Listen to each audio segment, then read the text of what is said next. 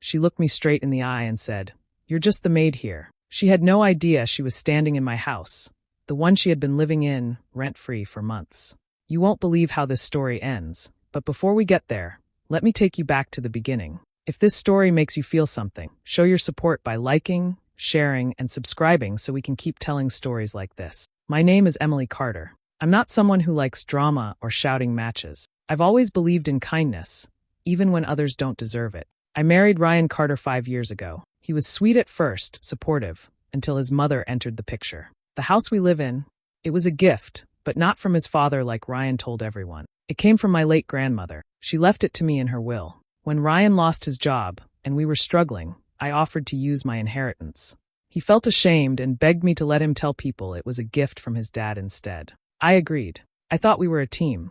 Then came Dolores, Ryan's mother. She said she just needed to stay for a few weeks after some apartment repairs. That was 9 months ago. From day one, Dolores treated me like I was beneath her. She criticized my cooking, told me I wasn't wife material, and constantly compared me to Ryan's ex-girlfriend, Chelsea. She'd sit on the couch, barking orders at me while I cleaned the house, my house. She never lifted a finger to help. She never said thank you. Not once. Instead, she called me the maid. At first, I thought maybe she was just stressed, or maybe I wasn't doing enough to win her over. But no matter what I did, she always found something to insult. She even started saying things like, "Ryan deserves better," or "You're lucky he married you." I bit my tongue for months. I smiled through it. I cleaned up her messes, made her tea, folded her laundry. I didn't do it because she deserved it. I did it because I still believed in keeping peace. But every insult she threw built a wall inside me. A quiet storm. One day, she stood in the hallway and told me to go mop the kitchen, Maid. I didn't react. I just looked at her and nodded. But inside, I was done pretending. She thought she ran this house. She really believed she could treat me like nothing. What she didn't know, she never even owned a doorknob. When Ryan and I first got married, things weren't easy. I was juggling 2 jobs just to keep us afloat, working days at a small boutique and nights waiting table. Ryan was between jobs, trying hard to get back on his feet, and I didn't mind carrying the weight for a while. We were partners. That's what I believed. When my grandmother passed, she left me her house, the house we live in now. It was old but beautiful, and more than anything, it felt like home. I told Ryan I wanted us to move in, but he hesitated. Not because he didn't want the house, but because he didn't want to admit it came from him. His pride was wounded, so he came up with a story. He asked if we could say the house was a gift from his father instead. He said it would make things easier with his family. I should have said no, but I loved him, and I didn't see any harm in it back then. So I agreed. That's the lie that opened the door for everything that followed. His mother, Dolores, was never kind to me. From the first day she walked into our lives, she treated me like I didn't belong. She was obsessed with Ryan's ex, Chelsea, always talking about how classy she was, how she came from a good family, and how she would have made a better daughter-in-law. She never missed a chance to remind me I didn't measure up. She'd make sly comments in front of guests like, "Emily's only good at spending Ryan's money," or "Ryan downgraded, but at least she's quiet." I'd smile through it, pretending not to care. But it hurt. It hurt more when Ryan would just shrug and say, "That's just how my mom is." I started writing everything down. Every cruel thing she said, every moment she belittled me. Not to use it against her. I didn't even have a plan. I just needed to remind myself that it was real, that I wasn't imagining it, because over time, even I started to question my own feeling. That's how deep her words cut. I wasn't looking for revenge. I just wanted peace. But peace wasn't possible when the person disrespecting me lived under my roof and believed it was hers. And Ryan, he never once stood up for me. Ryan was excited about hosting the Carter family reunion at our house. He said it would bring everyone together and help his relatives see how well we were doing. I didn't feel comfortable about it, not with Dolores still living with us, but I agreed. Like always, I wanted to keep the peace. For days leading up to the party, I worked like crazy. I deep cleaned the entire house, cooked enough food to feed an army, set up tables, chairs, decorations, and even arranged fresh flowers in the living room. Ryan helped here and there, but most of the work fell on me. Dolores didn't lift a finger. In fact, she criticized every single thing I did. "These tablecloths are too plain. You call that jollof rice? You should have let Chelsea handle this. She was a real hostess." I kept my mouth shut. I told myself, just get through the day. When the guests started arriving, I plastered on my best smile. I served food, refilled drinks, and made sure everything went smoothly. Then it happened. I was walking by with a tray of drinks when Dolores waved a hand toward me and said to one of her cousins, "That's Emily. She's just the help. Ryan's little housemaid." She laughed like it was a harmless joke. The cousin chuckled awkwardly. I froze. It wasn't just the words.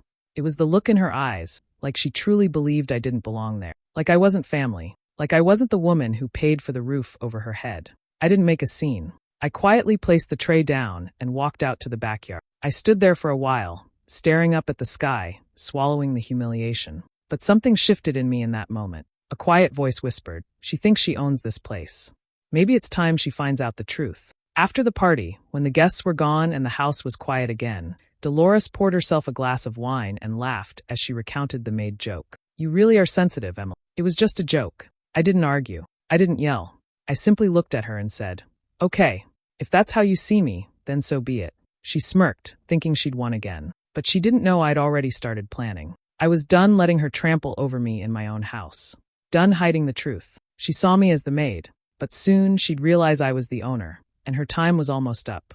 After the party, something inside me changed. I stopped trying to prove myself. I stopped chasing respect that was never going to come. Instead, I started setting boundaries, quiet ones. I no longer woke up early to make Dolores her morning tea. I stopped folding her laundry. I didn't cook extra portions to include her in dinner. If she left dirty dishes in the sink, I left them there. If she made a mess in the living room, I walked past it. I wasn't rude. I was just done. Dolores noticed quickly. "Why haven't you washed my bed sheets?" she snapped one morning. "I didn't use them," I replied calmly. She gasped like I'd slapped her. "You've changed, Emily." "No," I said. "I've just stopped pretending." That's when things got louder. She started slamming doors, throwing tantrums over meals not being made, complaining about everything. And Ryan, he didn't tell her to calm down. He told me I was being selfish. "She's just used to being helped around the house," he said. "Why are you acting like this all of a sudden?" I stared at him. My husband, the man who knew how hard I'd worked to build a life for. And there he was, defending the woman who humiliated me instead of standing up for me. That was the moment I knew. Ryan had never defended me. Not when she insulted me. Not when she mocked me in front of guests. Not even when she called me the maid. I didn't argue. I didn't cry. I just went into the study, closed the door, and pulled out the old brown envelope that held my grandmother's will. Inside were the original deeds signed and witnessed and a letter from her. "This home is yours, Emily. A place of peace, not pain." I stared at the papers for a long time. The next day, I made a quiet phone call to a lawyer. I just wanted confirmation. Was the house legally mine? The lawyer reviewed everything and said, "Yes, 100%. You're the sole owner. No one can take that from me." I hung up, heart pounding. That was all I needed. I didn't yell. I didn't warn them. I just went about my days silent, steady, and focused. Because now I had a plan. And when the time came, they wouldn't see it coming. It happened on a rainy Thursday evening. I was in the kitchen, stirring a pot of stew, when Dolores stormed in and started rearranging things behind me, loudly, rudely, like she always did. "You're always in the way," she snapped. "This is why I hate small kitchens. Just get out. I'll handle dinner." I didn't flinch. I simply turned off the stove and placed the spoon down gently. "You don't have to worry about it anymore," I said quietly, wiping my hands on a towel. "I'll make things easier for everyone very soon." She rolled her eyes. "What's that supposed to mean?" But I didn't explain. I walked past her, calm and silent, and went upstairs. From that day on, I became more distant, not angry, not emotional, just quiet. I didn't argue. I didn't respond to her jabs. I didn't even complain when she threw out the dinner I made and ordered food just for her and Ryan. But Ryan noticed something was off. "Are you okay?" he asked one night as we sat in silence on the couch. "I'm fine," I said with a smile. "You just seem different lately." I looked at him, this man who let his mother insult me over and over again, and said, "Don't worry. Everything will make sense soon." That weekend, Dolores and Ryan decided to go visit his uncle across town. They'd be gone most of the day. It was the perfect window. The moment their car left the driveway, I called the locksmith. He was professional, quick, and didn't ask questions. I had all the documents ready in case he needed proof of ownership, but he didn't. The locks were changed in less than an hour. Then I walked upstairs and placed a sealed envelope on the coffee table. Inside was a copy of the house deed with my name on it, and only my name. Along with it was a letter addressed to both Ryan and Dolores. In it, I explained everything, how the house was mine, how I allowed the lie to protect Ryan's pride, and how I endured months of disrespect and abuse in silence. I told Ryan I was filing for divorce. I told Dolores she was permanently banned from the property. As the sun set, I poured myself a cup of tea and waited. That night, I heard the sound of the front door handle turning, followed by loud knocking. "Emily? Emily, open the door!" Ryan shouted. Dolores's voice was screeching behind his. "What is this? Did she lock us out?" "This is my son's house." I stood near the window, sipping my tea. The same window I once cleaned while she called me a maid. Now, she stood outside, locked out of the house she never owned. I waited until the knocking turned desperate, not angry, but confused. Ryan kept calling my name, and Dolores's voice rose behind him like a siren. I walked slowly to the front door, unlocked it, and opened it just a few inches. Ryan's face was twisted in disbelief. "Emily, what's going on? Why won't you open the door?" I didn't say a word. I simply handed him the sealed envelope, thick, heavy, and final. Then I closed the door again, locked it, walked away. I knew what was inside would hit hard. Ryan opened the letter on the porch while Dolores hovered behind him, still barking questions. Inside, I had written the truth, all of it. I told him how his mother had treated me since the moment she entered my home. How she insulted me daily, called me a maid, made me feel small in the very house I bought with my inheritance. How he never once stood up for me. I included the documentation, the original deed from my grandmother, the signed letter from the lawyer confirming that the house belonged solely to me. I reminded him how I allowed him to lie about its origin to protect his pride, a mistake I'd never make again. And finally, I told him this was goodbye. I was filing for divorce. His mother was banned from the property. They both needed to leave and never return. I peeked out through the curtain. Ryan was frozen, reading the pages. Dolores, not understanding, tried to snatch the letter from his hand. When she realized what it meant, her voice exploded. "She can't do this. I'll take her to court. This house was given to you. She's lying." I unlocked the window and leaned out just enough so she could hear me. "Please," I said calmly. "Try me." She screamed louder. Ryan stayed quiet.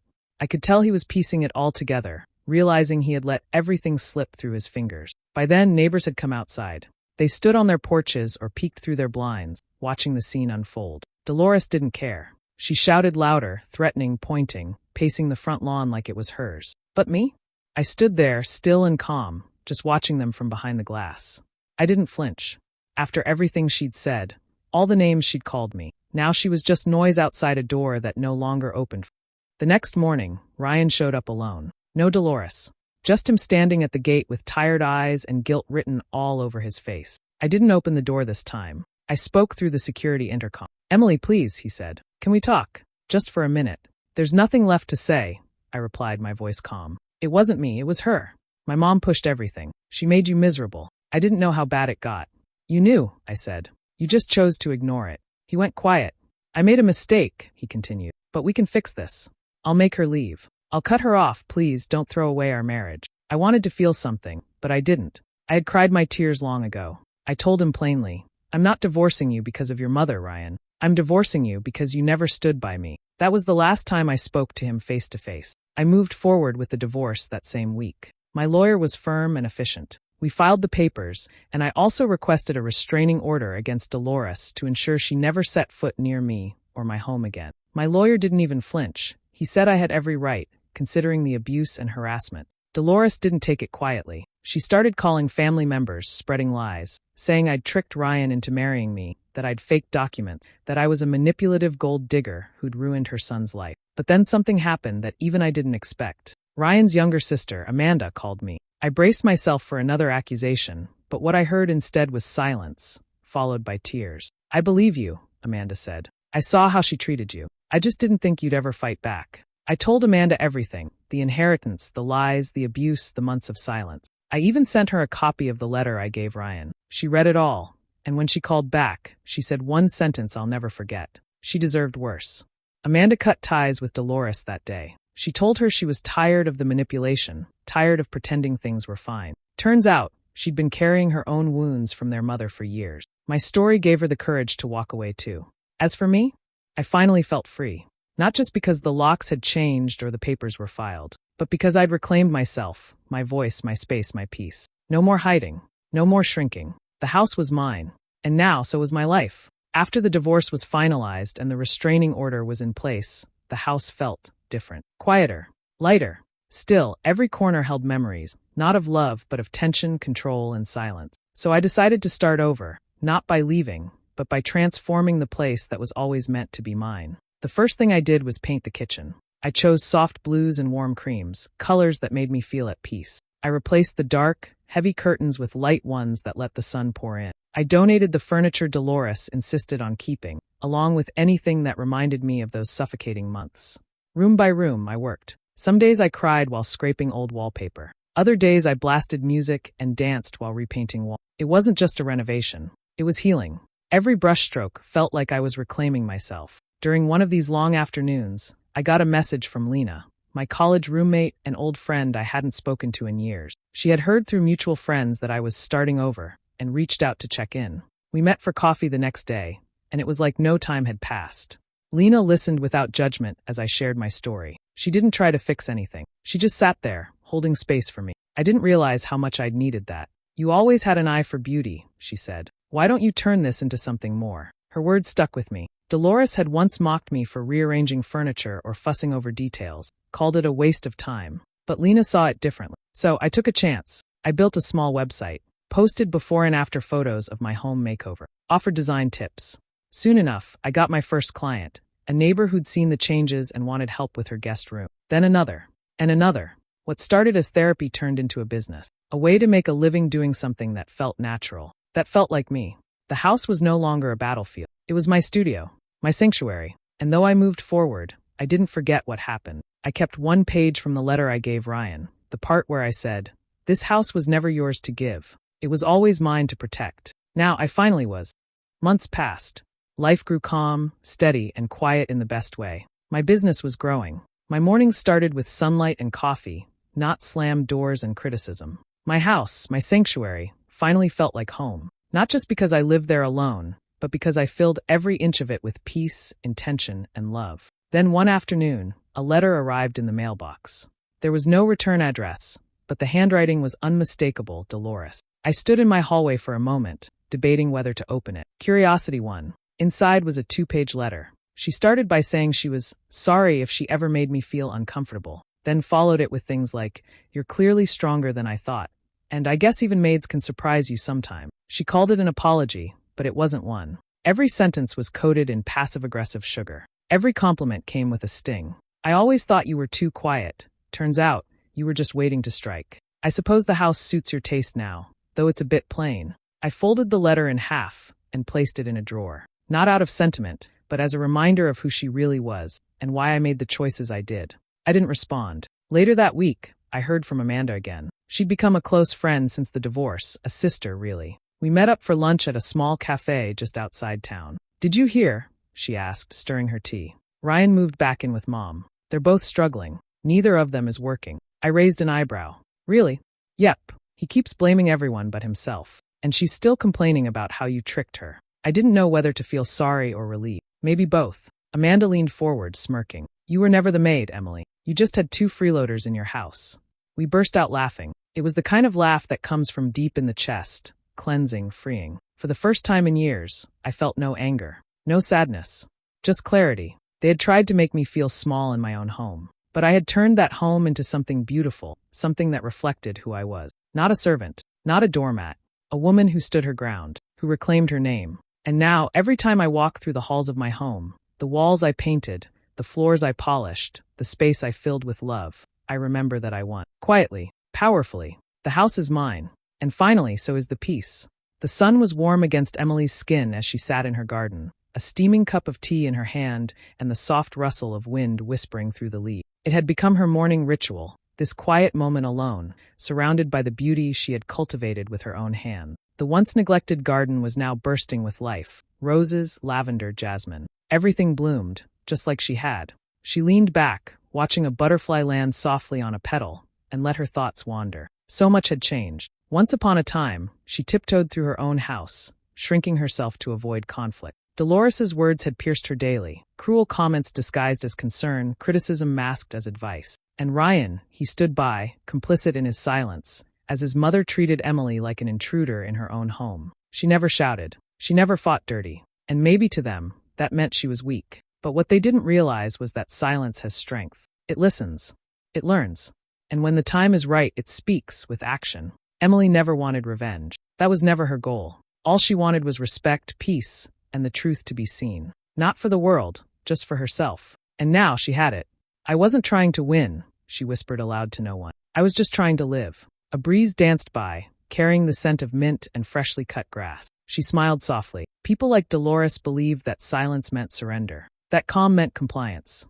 But the truth was far more powerful. People like her think silence is weakness, Emily. They never expect silence to hold the pen that writes the eviction notice. And it was true, she never screamed. She never begged. She simply stood up slowly, firmly, and took back her space. Amanda was right.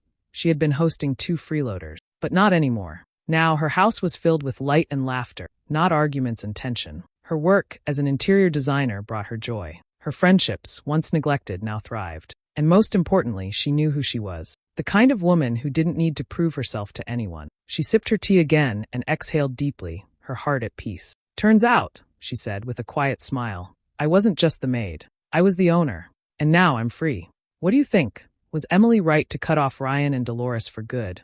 Or should she have given them one last chance? Drop your thoughts in the comments below. I'm really curious to hear your take. And if stories like this speak to you, make sure to hit that subscribe button and turn on the notification bell so you never miss a moment of powerful storytelling.